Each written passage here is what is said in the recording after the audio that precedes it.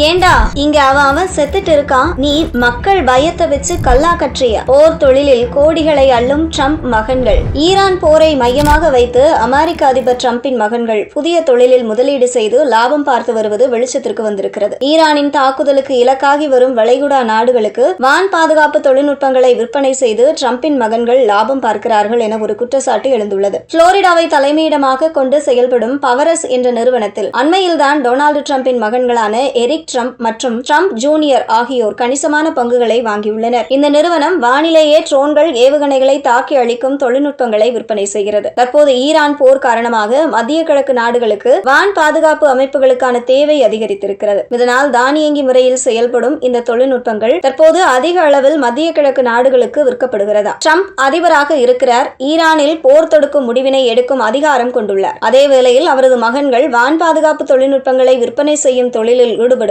Conflict of interest என்றும், போரை வைத்து அதிபரின் குடும்பம் லாபம் பார்க்கிறது என்றும் ஜனநாயக கட்சியினர் குற்றம் சாட்ட தொடங்கியுள்ளனர். தற்போது வளைகுடா நாடுகள் தங்களை பாதுகாக்க வேண்டிய கட்டாயத்தில் இருக்கின்றன. அவை வேறு வழி இல்லாமல் ட்ரம்ப் மகன்களை நடத்தும் நிறுவனத்தில் ட்ரோன் தொழில்நுட்பத்தை வாங்குகின்றன என ஜனநாயக கட்சியைச் சேர்ந்த ரிச்சர்ட் பெயின்ட் தெரிவிக்கிறார். முதன்முறையாக ஒரு போரில் அதிபரின் குடும்பம் தொழில் புரிந்து லாபம் பார்க்கிறது என்ற குற்றச்சாட்டு உலக அளவில் புயலை கிளப்பியுள்ளது.